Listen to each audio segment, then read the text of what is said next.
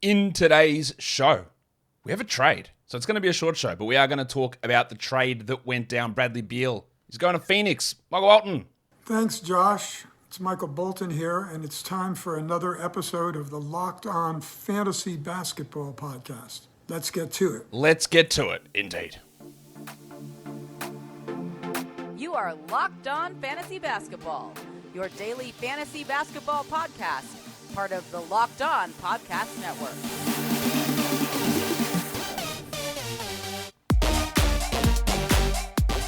Hello and welcome to the Locked On Fantasy Basketball Podcast, brought to you by Basketball Monster. My name is Josh Lloyd and I am the lead fantasy analyst at basketballmonster.com. You can find me on Twitter, as always, at redrock_Beal, on TikTok at redrock_Beal, and on Instagram at Locked On Fantasy Basketball. Today's episode is brought to you by Prize Picks. First-time users can receive a 100% instant deposit match up to $100 with the promo code Locked On. That's prizepicks.com. The promo code is Locked On. Thank you for making Locked On Fantasy Basketball your first listen every day. We are free.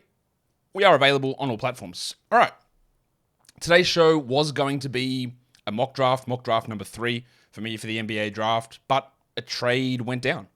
So, we'll talk about that. And I am still going to do the mock draft, so you're going to get two shows today. This won't be a particularly, this won't be a particularly long show here because I don't know how much we talk about, but we talk about it, and it has just happened. So we get into talking about a trade that went down. I said this maybe a week or two ago. Every year before the draft, there is a trade that happens. There is some player, whether it's an all-star or close to all-star, there's a good starter level player that gets traded before the draft every single year. There might be more than that this year. Shout out to Tobias Harris or whoever. Is Damian Lillard getting traded? I don't think so. But who knows? I get the feeling that with the incoming nonsense of, I say nonsense, but that's not really the right word, of, double second apron and 110% matching and all those sort of restrictions coming in. I think this might be an opportunity for some pretty big deals to go down in the coming days and weeks. So we're going to be here to cover all of that. Warnie. Let's get it on, Gilly. All right. Let's look at what happened, because the Phoenix Suns acquired Bradley Beal. There's a lot to get into with this deal, I think.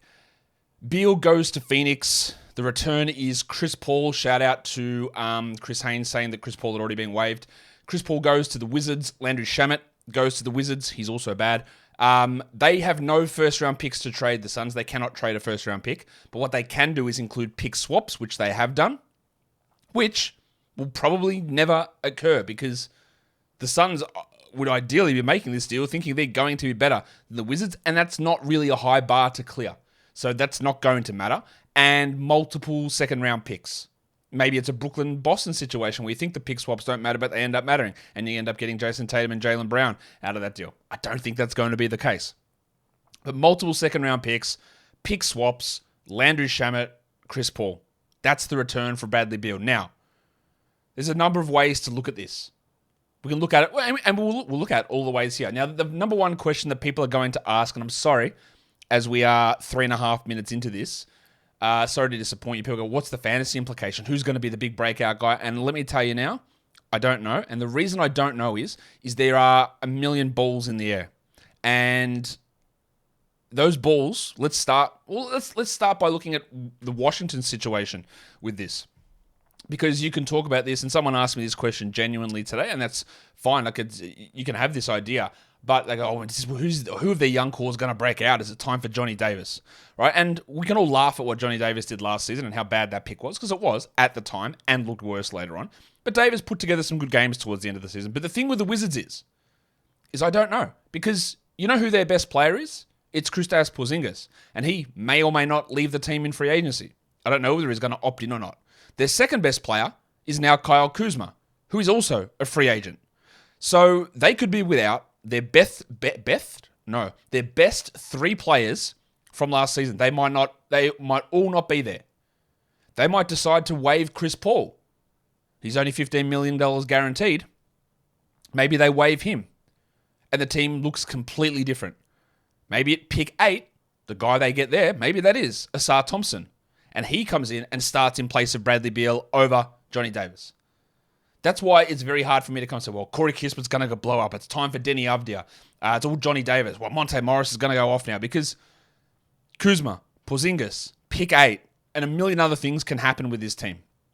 So I could tell you one thing right now, and on Thursday, live draft show, Thursday, 22nd of June, 7:45 p.m. live on this YouTube channel, that could all change again, and then a week later in free agency, it changes again with different pieces and parts coming in.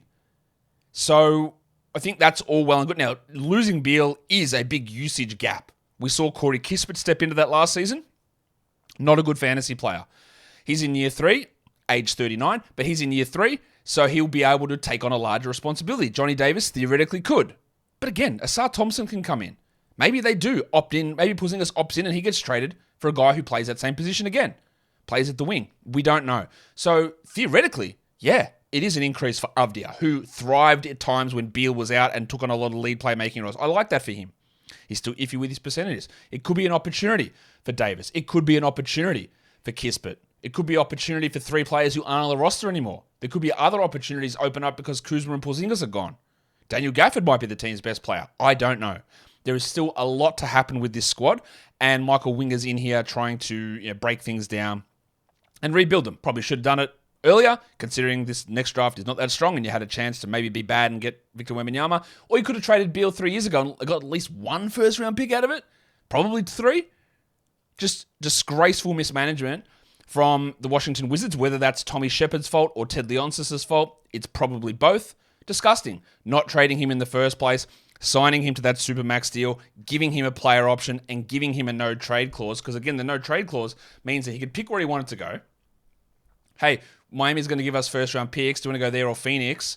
I want to go to Phoenix. They don't have a first round. Well, that's where I want to go. So if you want to get rid of me, that's where I've got to go. And also, don't let them give up too much because I don't want to go to a team that's completely barren. Well, that didn't work out for you, Brad. But that is the problem with this deal and why that deal was instantly the worst contract signed in the NBA when it happened. And everything that we thought would happen played out. Beal was just signing the Supermax so he can demand a trade 1 year later. I don't know if I explicitly said those words. I probably didn't. But the thought was always around that would be the case. And that's exactly what ended up happening. Just an embarrassing set of circumstances for this Washington Wizards team. Ownership, previous front office, the current front office, I can't really blame them. Honestly, I don't know what they're going to do.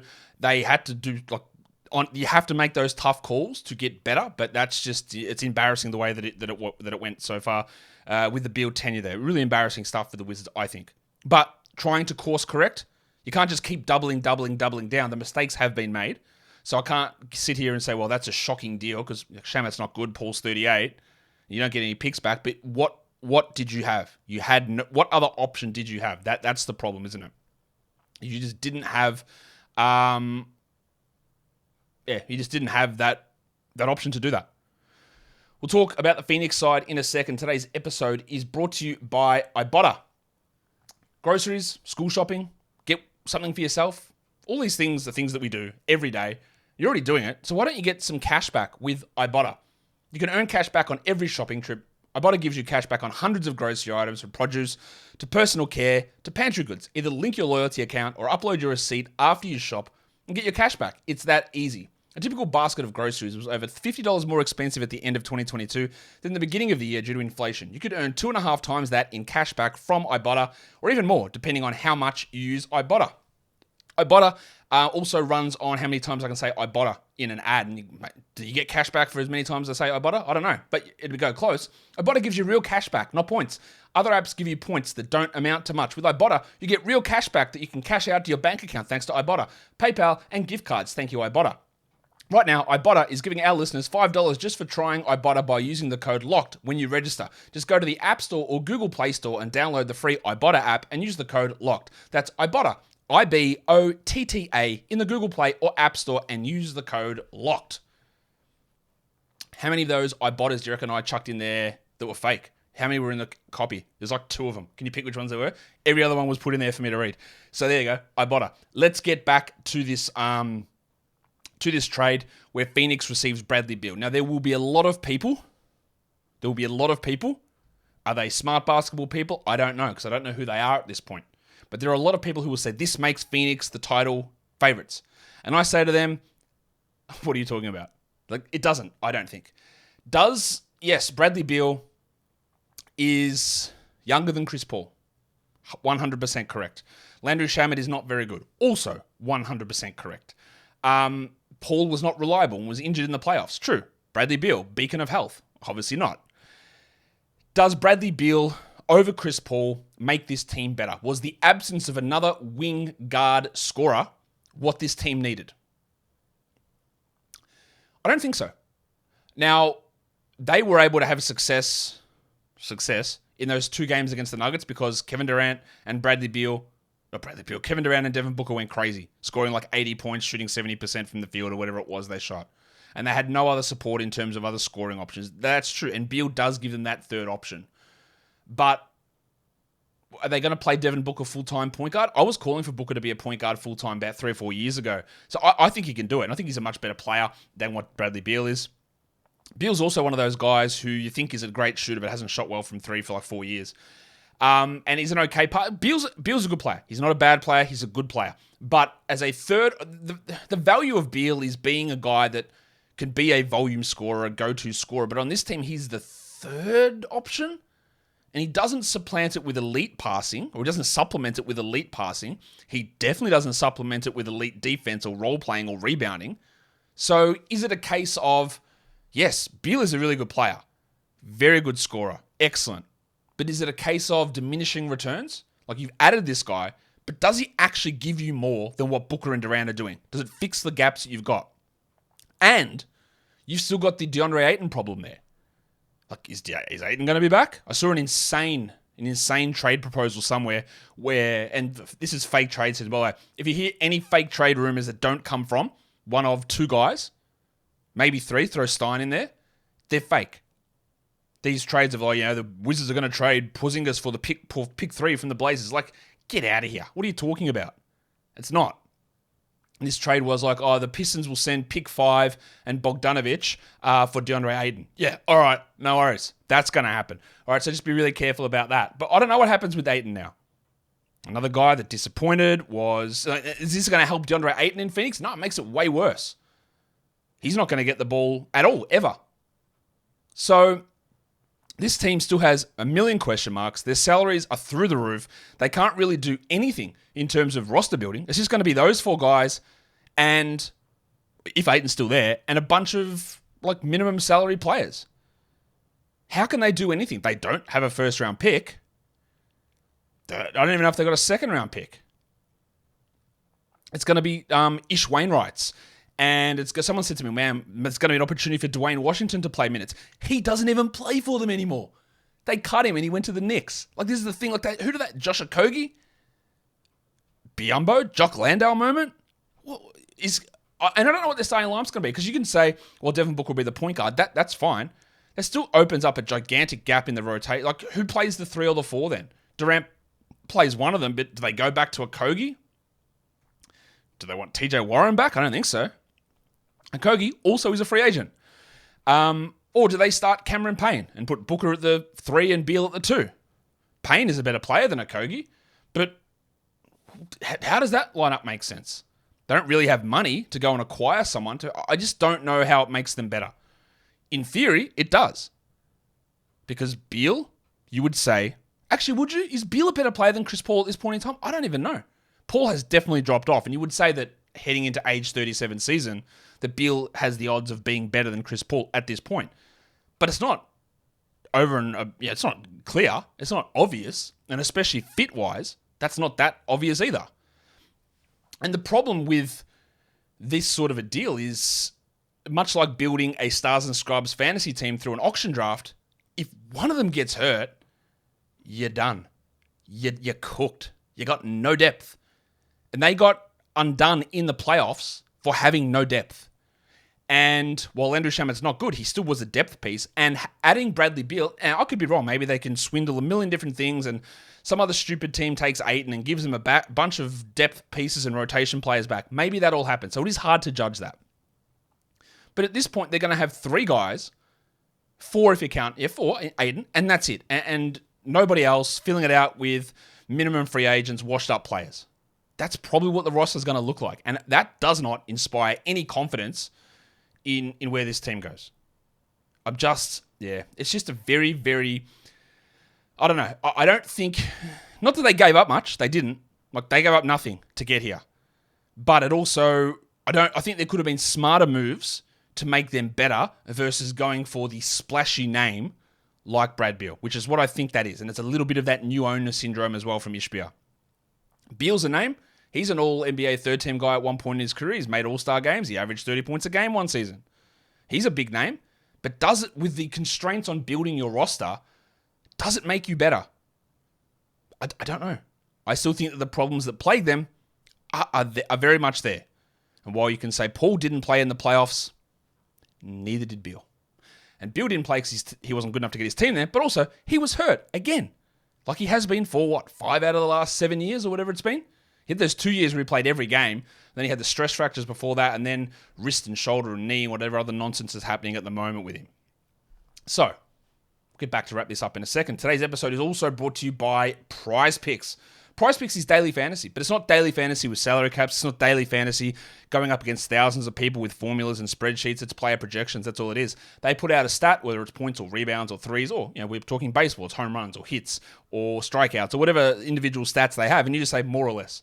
You put up to 6 of those into a lineup, between 2 to 6, and you can win up to 25 times your entry fee back. It is that simple. You can do these things in under 60 seconds. You can do it in over 30 US states. You can do it in so many sports as well. WNBA, soccer, NASCAR, tennis, college football when that begins, Major League Baseball, boxing, European basketball, that's over at the moment. Cricket, the Ashes are on. You can do it for that as well. Euro basketball. So download the PrizePicks app. Go to prizepicks.com to sign up and play daily fantasy sports. First-time users can receive a 100% instant deposit match up to $100 with the promo code LOCKEDON. What was I going to say? If you deposit $100, PrizePicks gives you $100. If you deposit $50, PrizePicks gives you $50. Don't forget, enter the promo code LOCKEDON and sign up for an instant deposit match up to $100. All right, let's bring it back. Oh, hang on a second. Now there's another report here from Chris Haynes. The Wizards are likely to reroute Chris Paul. Likely to reroute Chris Paul in a trade, and the Clippers are expected to pursue a reunion with the future Hall of Famer. Okay. So that doesn't change what I said, because I said about the Wizards, there's a million things they could do. They could end up waiving Chris Paul. I think Chris Paul is not going to be a top 50 fantasy guy this season, irrespective of where he lands up. There's a lot of interesting things here that we'll see. We'll see what this ends up meaning. But there is no point of Chris Paul being on the Wizards. That's clear. And that is a great move from Winger to get something out of it to help build. I don't know what the Clippers are giving you. I hope it's BJ Boston, because I don't know what are the other young... Because, getting... What does Norm Powell do for you? What does Nick Batum do for you? What does Covington do for you? I guess he helps a little bit. But that team, we're going to have to come back to that team, the Wizards, in a while, because there's a lot, again, with Porzingis, Kuzma, pick 8, all still huge unknowns on that team, and now Paul and what happens there's no point in me giving definitive statements. There's going to be big changes in fantasy value on that team, 100%, but there's a million pieces of water to flow under the bridge. In terms of, just to wrap it up with the Suns and their fantasy value for next season, I don't know. I think it could increase Booker's if he plays point guard, which I think he can. He could easily average 7 assists a game. I think it probably decreases Beal. Usage has to come down. And I don't think it's going to be offset enough by field goal percentage or by assist numbers to keep him at a similar level. He's probably like 40, maybe outside the top 50. Ayton, if he stays in Phoenix, he's massively down. He's not even sniffing top 50, I don't think. Whereas Booker and KD stay about the same. Booker might rise. I think that's probably how to look at it. And then whatever else happens on that roster, who knows. But I wanted to get something out quickly to discuss what had happened with this deal, because it was important to get through. We will have a mock draft. I don't know if it'll come out today or tomorrow, but I'm going to do it. And then we've got another prospect analysis show coming where we're going to talk about the final prospects. We've been talking about Marcus Sasser, Cam Whitmore, Jordan Walsh. We're going to be talking with Matt Powers about that tomorrow, and then into the live draft show coming up. Guys, thank you for watching this show. Follow this podcast, Apple Podcasts, Google Podcasts, Stitcher, Spotify, and on the Odyssey app and on YouTube. Thumb it up. Leave your comments down below. Guys, we are done here. Thank you so much for listening, everyone. See ya.